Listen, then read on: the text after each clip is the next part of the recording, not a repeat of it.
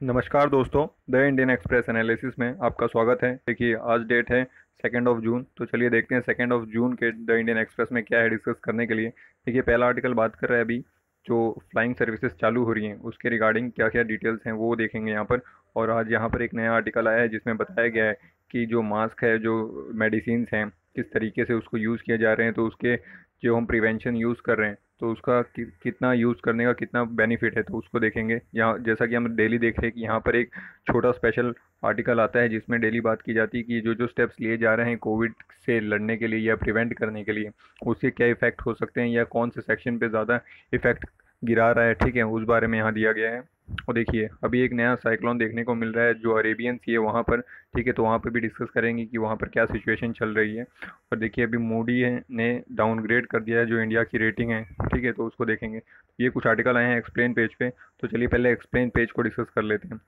देखिए, अभी जो फ्लाइंग सर्विसेज हैं वो ओवरसी वापस से, जैसे कि डोमेस्टिक फ्लाइंग तो 25 मई से ही चालू हो गई है, लेकिन अभी ओवरसीज जो फ्लाइंग है उसको भी चालू करने की बात की जा रही है। तो उसको किस तरीके से स्टार्ट किया जाएगा, उसमें क्या रिस्क हैं स्टार्ट करने के लिए, और कौन सी कंट्रीज़ हैं जहाँ पर ये पहले से ही स्टार्ट हो गया है, और इसमें इंटरनेशनल जो कम्युनिटी है उसका क्या से है। ठीक है, तो देखिए यहाँ पर एक कंसेप्ट और भी देखने को मिलेगा जो बबल कंसेप्ट है, एयर ब्रिज कंसेप्ट है। ठीक है, बबल कंसेप्ट तो हमने पहले भी सुना है कि किस तरीके से कुछ जो स्पेसिफिक कंट्रीज़ है जहाँ पर सिचुएशन कंट्रोल में है वो लोग आपस में सिर्फ ट्रांसपोर्टेशन या फिर आप कह सकते हैं एयर सर्विसेज स्टार्ट करने के ऊपर विचार कर रहे हैं, ताकि जो ट्रांसपोर्टेशन हो, जो मूवमेंट हो, वो पर्टिकुलर उन्हीं 2-3 कंट्रियों के बीच में है और केसेस काफ़ी कम रहे हैं। अब देखिए, यहाँ बात किया जा रहा है so when will India allow regular international flight, कि भारत अभी कब से स्टार्ट कर सकता है इंटरनेशनल फ़्लाइट्स के ऊपर। तो देखिए, अभी जो हमारी डीजीसीए है, directorate general of civil aviation, वो इसके ऊपर सोच रहे हैं कि किस तरीके से जो इंटरनेशनल कम्युनिटी है इसके ऊपर, क्योंकि ये हमारे से के ऊपर डिपेंड नहीं करता है, हमें देखना पड़ेगा कि सामने वाली कंट्री भी एग्री कर रही है कि नहीं। क्योंकि अभी भारत का जो रिकॉर्ड है कोविड में अच्छा चल नहीं रहा है, हम टॉप 10 कंट्रीज़ में आ गए हैं। ठीक है, तो बहुत सारी जो विदेशी कंट्रीज़ हैं उनसे भी अप्रूवल लेना पड़ेगा कि हमारे कौन से स्टेट से कौन से एयरपोर्ट से जो फ़्लाइट्स हैं वो वहाँ पर अलाउ करेंगे। तो अभी ये उसके ऊपर डिपेंड करेगा। आगे बात की जा रही कि जो अदर कंट्रीज़ है उन्होंने क्या अलाउ कर रखा है। तो यहाँ पर देखिए, जो स्वीडन है, यूके है, आयरलैंड है, और जो नीदरलैंड्स है, स्लोवेनिया है, ये ऐसी कुछ कंट्रीज़ हैं जिन्होंने यूरोपियन यूनियन के जो टूरिस्ट हैं उसके लिए अपने बॉर्डर्स खोल रखे हैं। यानी जो यूरोपियन यूनियन के स्पेसिफिक ये कुछ कंट्रीज़ हैं कि वहाँ पर लोग आ जा सकते हैं। तो ये कुछ स्पेसिफिक लोकेशन है जहाँ पर चीज़ें सिर्फ यूरोपियन यूनियन के टूरिस्ट के लिए खोली गई हैं। और देखिए, जो जर्मनी है, हंगरी है, रोमानिया है, फिनलैंड है, इन लोगों ने पार्शियली ओपन करके रखा है। ठीक है, तो ऐसा नहीं है कि सब जगह सेम ही स्ट्रेटजी फॉलो हो रही है, सभी कंट्रीज़ अपने हिसाब से स्ट्रेटजीज फॉलो कर रही हैं। कोई किसी स्पेसिफिक कंट्री को अलाउ कर रहा है तो कोई पार्शियली ओपन कर रहा है। ठीक है, तो अभी देखने वाली बात होगी कि भारत किस तरीके से इसको ओपन करता है और कौन सी कंट्री अलाउ करती है। अब देखिए, आगे बोला गया है कि क्या और कोई कंट्री है जिसने रेस्ट्रिक्ट किया है भारत को। तो देखिए, अभी जो European union aviation safety agency है, EAS है, इन्होंने भारत के जितने भी रिस्की आप कह सकते हो स्टेट्स हैं जहाँ पर ज़्यादा केसेस हैं, जैसे गुजरात है, मध्य प्रदेश है, महाराष्ट्र, राजस्थान, तमिलनाडु, उत्तर प्रदेश, ये सब जितने भी रिस्क वाले स्टेट्स हैं, तो यहाँ से जितनी भी फ़्लाइट्स हैं उनको उन्होंने एक लिस्ट बनाई है, उसमें इन स्टेट्स के नाम रखे हैं कि यहाँ से जो फ़्लाइट्स है वो अलाउ नहीं की जाएंगी। ठीक है, तो अभी ये सिनेरियो चल रहा है करंटली, लेकिन अभी आने वाले दिनों में देखना होगा किस तरीके से इसको थोड़ा रिलैक्सेशन मिलेगा या नहीं मिलेगा। ठीक है, and how would the opening of the international route progress. ठीक है, तो ओपनिंग किस तरीके से प्रोग्रेस करेगा अभी उसके ऊपर बात की जा रही है। तो यहाँ पर एक कंसेप्ट बात किया गया है कि बबल बबल का कंसेप्ट बताया गया है कि किस तरीके से कुछ स्पेसिफिक 2 या 3 कंट्रियाँ, सपोज करिए मैप दिखाता हूँ 1 मिनट। अब यहाँ पर देखिए, सपोज करिए कि कुछ स्पेसिफिक ये कंट्रीज है, जैसे कि देखिए अब ये स्लोवेकिया हो गया, हंगरी हो गया। ठीक है, तो ये लोग क्या करेंगे कि अगर यहाँ पर केसेस कम है और यहाँ पर केसेस कम है तो ये लोग आपस में जो है एयर सर्विसेज चालू कर लेंगे ताकि ज़्यादा केसेस ना बढ़े। अगर कोई ज़्यादा, सपोज करिए यहाँ पर कोई ऐसी कंट्री है जो ज़्यादा जहाँ पर केसेस है और वहाँ से अगर केसेस आएंगे तो ज़्यादा चांसेस है कि इन्फेक्शन फैलेगा। इसलिए अभी एक बबल कंसेप्ट देखने को मिल रहा है कि जो कंट्रीज़ के बीच में कम इन्फेक्शन है उनके बीच में ट्रैवल चालू करने की बात देखने को मिल रही है। अब देखिए, इसमें नाम आ रहा है जैसे न्यूजीलैंड है, ऑस्ट्रेलिया है, ये यहाँ पर काफ़ी कम केसेस देखने को मिले हैं। तो ये लोग क्या चालू कर रहे हैं कि कोविड सेफ ट्रैवल जोन बना रहे हैं ताकि वो लोग आपस में ट्रैवल कर सकें, क्योंकि वहाँ पर जो केसेस हैं काफ़ी कम है, कंट्रोल मैनर में है, तो वो लोग आपस में जो भी ट्रांसपोर्टेशन है या सर्विसेज हैं चालू कर सकते हैं। और जो फिजी आइलैंड है, जो कुक आइलैंड है, फिर इसको भी आगे इंक्लूड करने की बात उसमें की जा रही है। फिर जो हांगकांग और साउथ कोरिया ताइवान वाले पोर्शन है, यहाँ पर भी चीज़ें काफ़ी कंट्रोल मैनर में चल रही हैं, तो इनको भी वहाँ पर इंक्लूड किया जा सकता है। अभी देखिए ताइवान काम कर रहे हैं एक स्टैनफोर्ड यूनिवर्सिटी के साथ मिलकर कि safe travel protocol under which 500 human Guinea pig, ठीक है। तो इस तरीके से 500 गिनिया पिग के ऊपर वो स्टडी कर रहा है कि किस तरीके से इन पिग को ट्रैवल कराया जाए, तो उनके ऊपर क्या इम्पैक्ट आ रहा है। तो इस तरीके की एक स्टडी अभी ताइवान कर रहा है, उसके बाद ही वो फैसला लेगा कि किस तरीके से एयर सर्विसेज को चालू करने की ज़रूरत है, ठीक है। तो अब ये देखते हैं कि आने वाले टाइम में किस तरीके से DGCA को अलग अलग कंट्रीज से अप्रूवल मिलता है और फिर वो क्या स्टेप लेता है। अब देखिए यहाँ पर बताया जा रहा है कि how far of distancing mask reduce covid spread, ठीक है। जो हम डिस्टेंसिंग अपना रहे हैं और जो मास्क अपना रहे हैं, तो उससे कितना बचाव हो पा रहा है, यहाँ पर उसकी एक आप कह सकते हो स्टडी की गई है। तो पता किया गया है कि जो 3% ऑफ द पीपल है caught the corona virus infection if they maintain the distance, अगर डिस्टेंस 1 मीटर का जो बोला जा रहा है उतना मेंटेन करेंगे तो सिर्फ 3% चांस है कि वायरस इन्फेक्ट कर पाएगा। अगर 1 मीटर की दूरी नहीं बरकरार करेंगे तो 13% चांस है, ठीक है। तो काफ़ी चांसेस हाई हो जा रहे हैं। और देखिए जो आई प्रोटेक्शन की बात की गई है, अगर उसकी स्टडी करेंगे तो अगर आप आई प्रोटेक्शन लगा रहे हैं तो सिर्फ 6% चांस है कि इन्फेक्शन होगा, लेकिन आई प्रोटेक्शन नहीं लगाएंगे तो 16% चांस है कि इन्फेक्शन हो जाएगा, ठीक है। और मास्क की यहाँ पे बात की गई है कि अगर मास्क पहनेंगे तो सिर्फ 3% चांस है कि वायरस इन्फेक्ट कर पाएगा, नहीं तो 17% चांस है कि वायरस इन्फेक्ट कर जाएगा, ठीक है। देखिए नेक्स्ट आर्टिकल ये बता रहा है अभी जो अरेबियन सी वाला पोर्शन है वहाँ पर अभी जैसा कि हमने देखा था रिसेंटली जो बे ऑफ बंगाल वाला रीजन है वहाँ पर किस तरीके से साइक्लोन एम्फन आया था साइक्लोन, जिसने वेस्ट बंगाल वाले रीजन में काफ़ी अभी तबाही मचाई है, ठीक है। तो अभी सिमिलर इंसिडेंट्स हमें देखने को मिल रहा है जो अरेबियन सी वाला रीजन है वहाँ पर भी अभी साइक्लोनिक कंडीशंस बन रही हैं, ठीक है। जैसा कि आप सब जानते हैं अभी मानसून सेशन आने वाला, मानसून का टाइम आ गया है, तो अभी केरला में मानसून भी आ रहा है और उसी टाइम पे यहाँ पर साइक्लोनिक कंडीशन भी देखने को मिल रही है, ठीक है। तो देखते हैं ये किस तरीके से अभी प्रोग्रेस करेगा, और जहाँ तक एस्टिमेट किया जा रहा है तो ये महाराष्ट्र और मुंबई वाले इलाके में काफ़ी तबाही मचा सकता है, ठीक है। तो देखिए ये वैसे तो बोला जा रहा है कि जो एम्फन साइक्लोन अभी वेस्ट बंगाल में आया था उससे तो वीकर है, और इसको बताया जा रहा है ये डिप्रेशन या ज़्यादा से ज़्यादा डीप डिप्रेशन, देखिए स्टेजेस होते हैं। जब ये साइक्लोनिक कंडीशंस बनती हैं तो पहले डिप्रेशन होता है, फिर उससे अगर हाई लेवल पे गया तो डीप डिप्रेशन होता है, इस तरीके से फिर ये cyclone, severe cyclone, super cyclone इस तरीके से प्रोग्रेस करता है, ठीक है। तो अभी ये एक्सपेक्टेशन लगाई जा रही है कि ज़्यादा तो डेंजरस साबित नहीं होगा, डीप डिप्रेशन ही बन सकता है। और जब ये अगर साइक्लोनिक स्टॉर्म बना, साइक्लोन बना, तो इसका नाम निसर्ग रखा जाएगा, ठीक है, निसर्ग।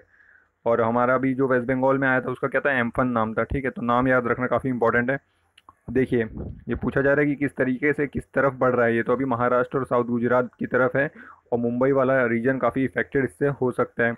और इसकी स्पीड बताई जा रही है कि 95 से 105 किलोमीटर प्रति घंटे की रफ्तार से ये ट्रैवल कर सकते हैं। और जो एम्फन आया था, जो सुपर साइक्लोन था स्टार्टिंग में कैटेगरी 5 वाला, लेकिन जब वो लैंड फॉल उसका आया वेस्ट बंगाल वाले रीजन में, तब तक वो कैटेगरी 4 में आ गया था और एक्सट्रीमली सीवियर साइक्लोन स्टॉर्म बन चुका था। उसकी स्पीड थी 180 किलोमीटर प्रति घंटा, ठीक है। तो उससे देखा जाए तो काफ़ी आप कह सकते हो वीक ही साइक्लोन है ये। और देखिए आगे बताया जा रहा है कि ये जो अरेबियन सी वाला है उसमें काफ़ी डिस्करेजमेंट ला सकता है, kind of very strong cyclone that are formed on the bay of Bengal side. मतलब बताया जा रहा है कि जो बे ऑफ बंगाल वाला साइड है उससे तो काफ़ी डिस्करेज या फिर वीक साइक्लोन ही बनते हैं अरेबियन सी में, क्योंकि यहाँ का जो पानी है वो काफ़ी ठंडा होता है अगर आप कंपेयर करेंगे बे ऑफ बंगाल वाले पानी से, ठीक है। वहाँ पे ज़्यादा पानी गर्म होता है, और साइक्लोन बनने के लिए वो वार्म वाटर का होना और मॉइस्चर का होना और टेम्परेचर का होना काफ़ी इंपॉर्टेंट कंडीशन है, ठीक है। तो इस तरीके से यहाँ पर अभी जो साइक्लोन है वो बन रहा है। और देखिए कुछ प्रीवियस साइक्लोन्स की भी यहाँ पर एग्जांपल दिए गए हैं कि किस तरीके से 2018-19 में साइक्लोन बने थे, वायु, हिक्का, कयार, महा और पवन, ये कुछ तरीके के वहाँ पर अरेबियन सी वाले पोर्शन में साइक्लोन बने थे। तो यूजुअली 5 से 6 साइक्लोन बन गए थे, और अभी जहाँ पर एक्सपेक्ट किया जाता है कि सिर्फ 2 साइक्लोन ही बनेंगे मोस्ट प्रोबेबली, ठीक है। तो इस तरीके की कंडीशन अभी अरेबियन सी वाले रीजन में देखी जा रही है। तो अभी बोला जा रहा है कि कितना ज़्यादा थ्रेट है, तो वैसे थ्रेट तो ज़्यादा महाराष्ट्र और गुजरात वाले रीजन को है, और उसमें भी सबसे ज़्यादा थ्रेट मुंबई वाले, ठाणे, रायगढ़, ये सब पोर्शन में ज़्यादा रिस्क है। बाकी तो इतना सीवियर साइक्लोन है नहीं, तो बाकी इलाकों में इतना खतरा नहीं है, ठीक है। अब देखिए ये वाला आर्टिकल बात कर रहा है कि अभी जो मूडी है, जो रेटिंग एजेंसी है, ठीक है, इसने डाउनग्रेड कर दिया है जो भारत की रेटिंग है। तो इसके क्या इम्प्लीकेशंस होंगे उसके ऊपर इस आर्टिकल में बात की गई है। तो देखिए, अभी पहले हमारी जो रेटिंग्स थी Baa2 था, अभी उसको कर दिया गया है Baa3, यानी डाउनग्रेड कर दिया है, ठीक है। तो ये जो मोडी इन्वेस्टर हैं, ये हमेशा सभी कंट्रीज़ की रेट करते हैं कि यहाँ पर इकोनॉमिक कंडीशन किस तरीके से चल रही हैं। तो भारत की अभी इकोनॉमिक कंडीशन को देखते हुए और जितने भी रिफॉर्म्स भारत ने पिछले टाइम में किए हैं, सभी को उन्होंने स्टडी किया और फिर भारत की जो रेटिंग्स है उसको गिरा दिया है Baa2 से अभी Baa3 कर दिया है। तो अभी ये दिक्कत तो देगा ही, क्योंकि जब किसी भी कंट्री की रेटिंग गिर जाती है तो वहाँ पर इन्वेस्टमेंट की चांसेस गिर जाते हैं, क्योंकि कोई भी विदेशी इन्वेस्टर उस कंट्री में इन्वेस्ट करना पसंद नहीं करेगा जहाँ पर रेटिंग्स कम हो, इकोनॉमिक कंडीशंस बेहतर ना हो, ठीक है, क्योंकि उनको लगेगा यहाँ पर उतना बेनिफिट होगा नहीं। तो देखिए, अभी रीजंस क्या हैं वो बताया जा रहा है कि क्या रीज़न है कि जो मूडी है उन्होंने डाउनग्रेड कर दिया है रेटिंग्स को। तो बोला जा रहा है weak implementation of the economic reform, जितने भी इकोनॉमिक रिफॉर्म्स लाने चाहिए थे उनका इम्प्लीमेंटेशन काफ़ी वीक चल रहा है, और relatively low economic growth over the sustain period, और इकोनॉमिक ग्रोथ भी इतना देखने को मिल नहीं रहा है, ठीक है। तो ये सारी कुछ परेशानियां चल रही हैं भारत में, जिसकी वजह से अभी इन्होंने रेटिंग्स को गिरा दिया है। अब देखिए, आगे बोला गया है कि नेगेटिव आउटलुक का मतलब क्या है, ठीक है। तो देखिए, नेगेटिव आउटलुक अगर हम देखें तो इसका मतलब होता है कि काफ़ी वीक इंफ्रास्ट्रक्चर, जो रिजिडिटीज़ इन दी लेबर लॉ है, जो लैंड है और बाकी जो मार्केट है वहाँ पर काफ़ी इंफ्रा वीक है, और जो लॉज हैं लेबर वगैरह के जिसके लिए कंपनीज़ को थोड़ी फ्लेक्सिबिलिटी चाहिए होती है तो वो काफ़ी स्ट्रिक्ट है। तो इसकी वजह से हमारे को जो इकॉनमी है उसको नेगेटिव आउटलुक दिया गया है, और इसका मतलब होता है कि India could be rated down further, ठीक है, यानी और भी इसकी रेटिंग्स गिराई जा सकती है कि ये ऐसी एक इकॉनमी है जहाँ की रेटिंग्स और भी गिर सकती है। अगर नेगेटिव आउटलुक, कोई भी रेटिंग एजेंसी किसी कंट्री को नेगेटिव आउटलुक देती है तो उसका मतलब है उसकी रेटिंग्स और भी गिर सकती है। नेगेटिव आउटलुक मिल हमें दिया गया, इसका मतलब अभी हमारा स्टेटस और भी ख़राब देखा जाएगा अगर फॉरेन कंट्रीज़ को यहाँ पर देखेगी तो, ठीक है। अब देखिए, आगे बोला गया है कि is the downgrade because of the Covid impact, की क्या कोविड का कोई इसमें रोल है। तो इतना कोविड का कोई इतना इसमें बड़ा रोल है नहीं, क्योंकि ये सारी स्टडीज़ पहले से ही चल रही है और उसके पहले से ही डाउनफॉल देखने को मिल रहा है इकॉनमी में, इसलिए इसमें कोविड का इतना बड़ा रोल नहीं बताया जा रहा है। अब इसका क्या, then why did the downgrade happen, तो ये डाउनग्रेड हुआ क्यों है ऐसा बताया जा रहा है। तो नवंबर 2017 से ही यहाँ पर जो आप कह सकते हो कि इंडिया का रेटिंग था वो Baa2 था, ठीक है, विद स्टेबल आउटलुक। देखिए, पहले स्टेबल आउटलुक पे हमें रखा गया था, लेकिन अभी नेगेटिव आउटलुक में रख दिया गया है। लेकिन उसके बाद से ही जितनी भी इनकी एक्सपेक्टेशंस थी कि ये हमारे यहाँ पर काफ़ी अच्छे इकोनॉमिक रिफॉर्म हो सकते हैं, तो ऐसा कुछ भारत ने करके दिखाया नहीं, इसलिए जो मूडी है उनके हिसाब से हमारी जो रेटिंग है उसको गिरा दी गई है। अब देखिए, आगे बोला जा रहा है कि even before the corona virus has an estimate 72% of the GDP in the physical year 2019, India generally जो कंबाइंड सेंट्रल और स्टेट गवर्नमेंट का बर्डन होता है 30% point larger than Baa mid, ठीक है। तो हमारा जो जीडीपी फिजिकल ईयर 2019 में था उसको 72% पहले से ही जब कोविड था उसके पहले ही 72% चल रहा था, लेकिन जो हमारा 30% पॉइंट रहता है वो Baa जो मीडियन रहता है, यानी जो Baa जो रेटिंग्स हैं, ठीक है, जो पॉइंट देती है रेटिंग एजेंसी, उसके मीडियन से 30% हमेशा ज़्यादा ही हमारा फिजिकल डेफिसिट देखने को मिलता है। तो इतना अच्छा परफॉर्म कर नहीं पा रहा है कंट्री। अब देखिए, आगे बताया जा रहा है कि this is expected to go up to 84% of the GDP within 2020, ठीक है। तो अभी जो 72% था वो 84% जा सकता है। What will be the implication of this downgrade, तो इस डाउनग्रेड का क्या इम्प्लीकेशन हो सकता है कि ज़्यादा इन्वेस्टमेंट देखने को मिलेगा नहीं, क्योंकि जो कंट्री है वो देखा जाएगा कि ये काफ़ी रिस्कियर कंट्री है, और यहाँ के बॉन्ड्स का यूज़ करके जो हमारी गवर्नमेंट है उतना बोरो कर नहीं पाएगी, ठीक है। तो कंट्री में उतना इन्वेस्टमेंट आएगा नहीं, तो ये एक नेगेटिव चीज़ देखने को मिल सकती है। अब आगे क्या बताया जा रहा है कि what is the Moody's outlook on economic growth, job and per capita income. तो देखिए, बोला गया है जो मूडी है वो एक्सपेक्ट कर रहा है कि इंडिया का तो जो रियल जीडीपी है वो 4% तक कॉन्ट्रैक्ट हो जाएगा, ठीक है, 4% पे आ सकता है in the current physical financial year, और शार्प रिकवरी भी करेंगे हम 2021-22 में, ऐसा भी मूडी प्रेडिक्ट कर रहे हैं, ठीक है। तो अब देखने वाली बात होगी किस तरीके से आगे की ग्रोथ रेट भारत की देखने को मिलती है। अब देखिए, एडिटोरियल जो पेज है उसमें आज ये पहला वाला आर्टिकल बात कर रहा है कि किस तरीके से अभी जो अनलॉक किया गया है तो उसके बारे में बात किया गया कि जो अनलॉक किया गया है उसको भी फुल्ली ऐसे ही नहीं अनलॉक कर देना, उसके ऊपर काफ़ी ध्यान रखना है ताकि चीज़ें जो अभी गेन किया गया है वो सारा वेस्ट ना हो जाए, ठीक है। और देखिए ये वाला आर्टिकल जो दूसरा आर्टिकल आया है ये बात कर रहा है जो अमेरिका में भी सिचुएशन चल रही है, वहाँ पे जो रेसिज्म देखा गया है उसके ऊपर ये आर्टिकल बात कर रहे हैं। और देखिए ये वाला बात कर रहा है अभी जो इंटरनेशनल स्पेस स्टेशन में जो दो एस्ट्रोनॉट्स उतरे हैं, ठीक है, तो उसको लेकर बात की गई है यहाँ पर। और देखिए ये नेक्स्ट आर्टिकल, ये वाला इतना इंपॉर्टेंट आर्टिकल है नहीं क्योंकि अभी एक जो एस्ट्रोलॉजर थे उनकी डेथ हो गई है, तो उनसे रिलेटेड कुछ बातें बताई गई हैं यहाँ पर। और देखिए ये आर्टिकल बात कर रहा है कि किस तरीके से जो टर्म्स दे रहे हैं, पहले लॉकडाउन नाम दिया गया था और अभी अनलॉक नाम दिया जा रहा है, तो इसका कितना महत्व है और उससे क्या साइकोलॉजिकल चेंजेस देखने को मिलते हैं उसके बारे में यहाँ पर बात की गई है। तो चलिए देखना शुरू करते हैं। देखिए ये पहला आर्टिकल जो है ये बात कर रहा है अभी जो अनलॉक 1 देखने को मिल रहा है 1.0, ठीक है। तो इससे जो थोड़ी बहुत अभी इकोनॉमिक एक्टिविटीज़ हैं अक्रॉस द कंट्रीज़ वो स्टार्ट की जा रही है, ठीक है। तो चीज़ों को वापस से बैक टू दी नॉर्मल लाने की कोशिश की जा रही है और जितने भी जो मॉल्स हैं, होटल्स हैं, रेस्टोरेंट्स हैं और जो वर्कशिप के प्लेसेस हैं जो नॉन कंटेनमेंट जोन में जहाँ केसेस कम है, ठीक है, वहाँ पर अभी स्टार्ट करने की बात की गई है।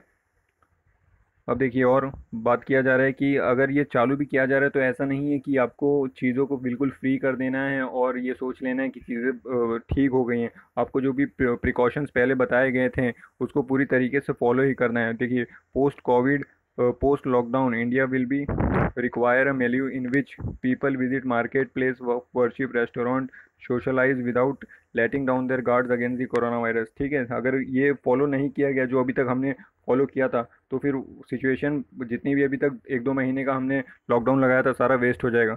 और सेंट्रल और स्टेट गवर्नमेंट को जो सिविल सोसाइटीज़ है उनके साथ एंगेज करके ये मैसेज सोसाइटी में पहुंचाना पड़ेगा, ठीक है। अब देखिए यहाँ पर बात की जा रही कि किस तरीके से अभी जो इंटरनेशनल स्पेस स्टेशन में हमने देखा कि जो प्राइवेट कंपनी स्पेस एक्स है जो एलन मस्क की कंपनी है, ठीक है, यूएसए बेस्ड, तो उन्होंने अभी नासा के साथ मिलकर 2 एस्ट्रोनॉट को इंटरनेशनल स्पेस स्टेशन में पहुंचाया, लैंडिंग करवाई है।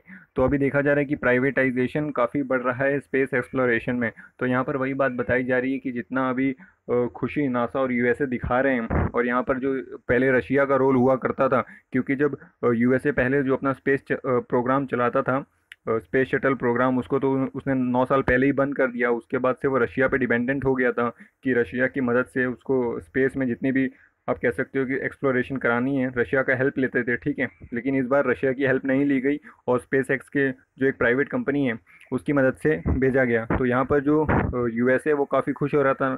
तो यहाँ पर वही बताया जा रहा है कि इतना खुश होने की इसमें ज़रूरत नहीं है क्योंकि इंटरनेशनल स्पेस स्टेशन पे लैंड कराना एक अलग बात है और जो बाकी नासा वगैरह का मोटो है कि मार्स वगैरह पे लैंडिंग करानी है वो एक अलग बात है, वहाँ पर सिचुएशन अलग